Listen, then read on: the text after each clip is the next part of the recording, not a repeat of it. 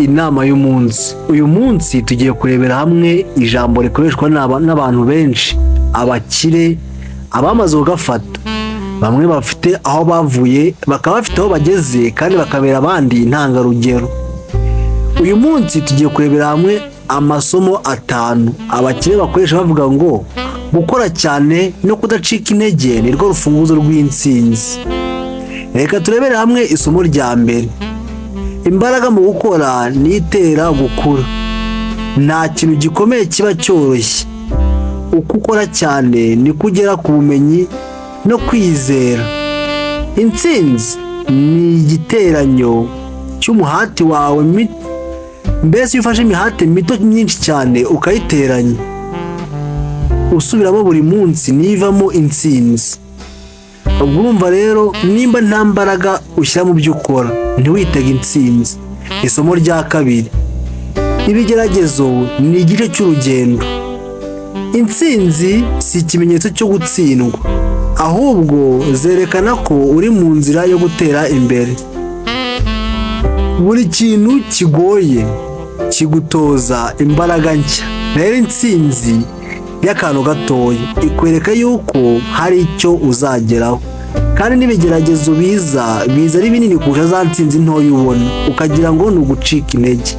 Ariko iyo wihanganye buri intsinzwi si ikimenyetso cyo gutsindwa, ahubwo zerekana ko uri mu nzira yanyu yo gutera imbere.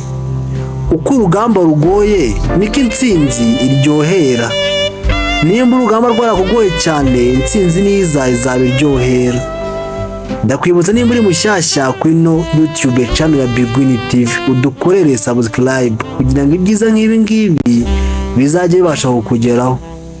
Isomo rya gatatu twavana mu ijambo bakoresha ngo gukora cyane n'umuhate niyo mpamba ikugeza ku ntsinzi. Kudacika intege bisumba impano. Impano irafasha, ariko kudacika intege nibyo biguha gutsinda burundu. Abagera kure abanga kureka nubwo bacika intege, ariko bakihangana bagakomeza. Sibyo ubundi baravuga ngo sore gatoya, buriya umuntu wa mbere akenshi atangira yabanje kuba umuswa, abantu bamuca intege, abantu bamuseka, ariko birangira ari we uje imbere. Ni isomo rya 4. Kwizera ubushobozi bwawe ni intwaro. Ushobora kugera kure niba wizera ko ushoboye. Uko utekereza niko bigira ingaruka ku ntsinzi yawe. Niba wibwira ko ushoboye, uba ugeze hagati y'intsinzi yawe. Uyu munsi iri jambo gikoreshwa n'abakire benshi.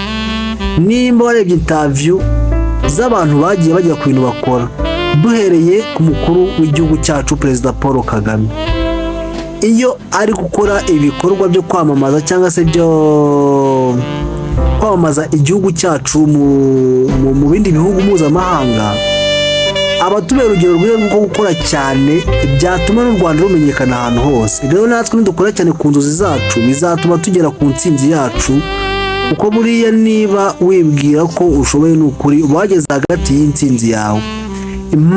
Isomo rya 5. Intsinzi cyangwa se itangira ry'ubutsinzi risaba igihe. Nta nzira ngufi ijya ku ntsinzi. Ihangane ukore uko ushoboye buri munsi, kandi wizere urugendo. Igihe kizagera utsinde. Nturebe isaha, kora nk'uko iyo ihora igenda. Niba uzi urushinge rw'isaha ntabwo rwita ngo hari umuntu uri kureba isaha cyangwa se ntari kuyireba, urakomeza ukikaraga mpaka. Rero ntuzibagirwe uko ukora cyane kandi ntucike intege. Ibyo byose nibyo byubaka ejo heza hawe hazaza. Niba wishimiye ino story cyangwa se n'amasomo, dukore subscribe kugira ngo ibyiza nk'ibi ngibi uzajye ubasha kubana nabyo mu buzima bwawe bwa buri munsi. Turabakunda, Imana ibarinde. Ciao ciao.